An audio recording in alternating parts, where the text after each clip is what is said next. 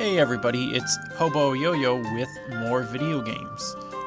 Today I kind of want to talk about limitations, project limitations, and your own personal limitations, and finding out how to bring the strengths and weaknesses from both of these things.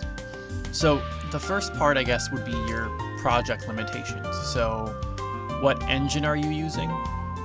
What can that engine do well, and what can it not do well? For RPG Maker, I would say it's weird. Its customizability is something it can do well and not really do well. If you want to try to make a minor change, such as when you take HP and MP damage at the same time, you don't want the damage pop-ups to show on the same frame, because that's not super clear to the player. You think there would be an easy fix for that, but no, you have to get a plugin that fully scripts out the entire attack sequence of a action. And from there, you need to micromanage on how to get your desired results of having kind of a delay when you take HP damage and then when you take MP damage from taking a hit. The nice thing about RPG Maker is that if you're thinking of a problem, chances are somebody else has had that problem and has had a solution to it.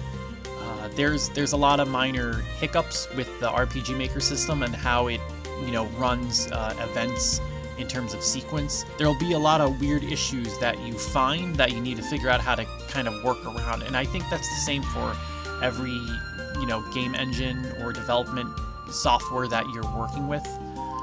The other part is understanding your own strengths and weaknesses and how you incorporate that into the project. For myself, I'm not an artist. I can't draw, I can't paint, I can't do sprite art. So I have to kind of work around that issue. One thought is making edits to already existing art. So RPG Maker comes with a bunch of tile sets.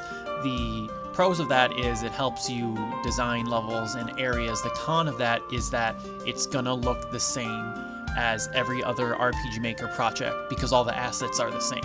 So things start looking very homogeneous. To have your game stand out, you need to have it visually look different. And this is something I'll talk about another time, but whatever you put into your game, it doesn't matter. You need to get people to click on it and get interested in it. And I think one of the best ways to do that is a visual hook. Having an art style that's very distinct, that will get people to actually look at it. Once you get them to look at your project, you can rope them in with all the minute mechanics and details on how your games work. I'm doing a lot of stuff in the background to make the combat be very fun, but that's not going to matter unless somebody checks out my game, unless somebody is interested to look at it. Another problem I have is conversation flow, making things move organically. I'm not great at speaking myself, so I have to go through conversations that I write down again and again and play them out in my head and say to myself, does this work? Does this make sense for these characters to talk like this in this situation?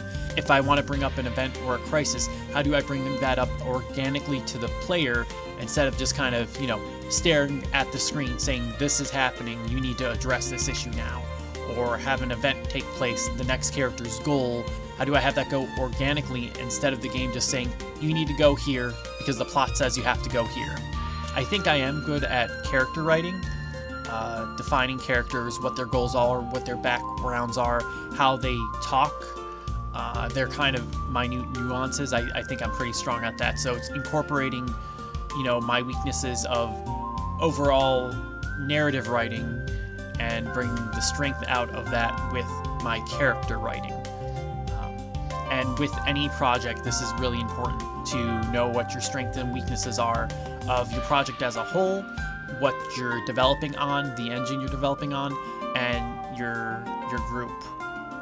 So I know a lot of times there's stories about one-man projects like Undertale and Iconoclast, but those are really rare, and I think pushing yourself to such extremes to be a one-man show is very detrimental to your overall mental well-being and the project's well-being. A lot of times, these one-man projects, they actually have a lot of people on the outside helping. With Undertale, they had a lot of help for the sprite work, for the shops, for the art assets, and they had a lot of playtesting. Playtesting is incredibly important for your game, for any type of project. You just need to try to figure out how to get people to play it, and I think that's where a visual hook would really help with that, having your game stand out some way